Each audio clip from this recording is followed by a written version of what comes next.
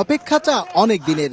বাংলাদেশের ফুটবলকে বদলে দেওয়ার প্রতিশ্রুতি দিয়ে লাল সবুজের জার্সি গায়ে জড়াতে চান হামজা। এই খবরটা চাউর হতেই তাকে দেশে আনতে উঠে পড়ে লাগে বাফুফে। নানা চড়াই উতরাই পেরিয়ে অবশেষে এলো সেই দিন।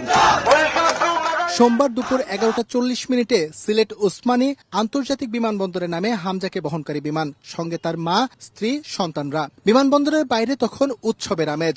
স্মোক ফ্লেয়ার উড়িয়ে স্লোগানে মাতোয়ারা চারদিক। চাতক পাখির মতো সবার অপেক্ষা তখন হামজাকে এক নজর দেখার। অবশেষে ঘণ্টাখানেক অপেক্ষার পর বিমানবন্দরের ভিআইপি গেট দিয়ে বের হয়ে আসেন বাংলাদেশ ফুটবলের মহাতারকা হামজা দেওয়ান চৌধুরী। সমর্থকদের গগন বিদারী চিৎকারে তখন সেখানেই দাঁড়িয়ে থাকা দায়। এর মাঝেই হাস্যোজ্জ্বল হামজা জানালেন তার অভিব্যক্তি। বললেন কেমন লাগছে এখানে এসে, আর কি করতে চান জাতীয় দলের জার্সি গায়ে। Amazing. It feels like a long time coming. I'm excited to be here. Yeah, very much so. Hopefully 2 wins, 2 derbies. So inshallah we'll win and we'll progress. Inshallah আমরা win করবো। আমরা big dreams আছে আমরা বাংলাদেশের সঙ্গে। আমি coach হাভিয়ার সঙ্গে matchy বুতা আর ইনশাআল্লাহ আমরা win করে progress করতে পারবো।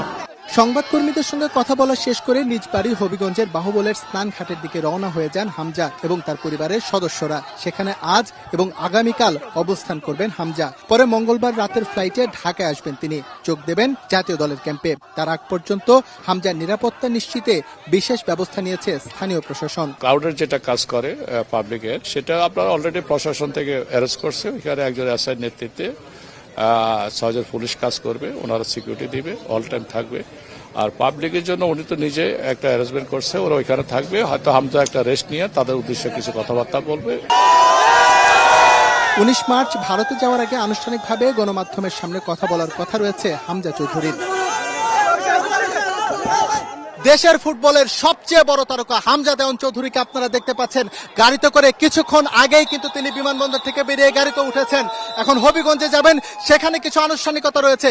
আনুষ্ঠানিকতা শেষ করে তিনি মাঠে নামবেন এবং বাংলাদেশের 18 কোটি দর্শক তার এই মাঠের লড়াই দেখার জন্য প্রস্তুত। সিলেট থেকে এস এম ইকবাল, সময় সংবাদ।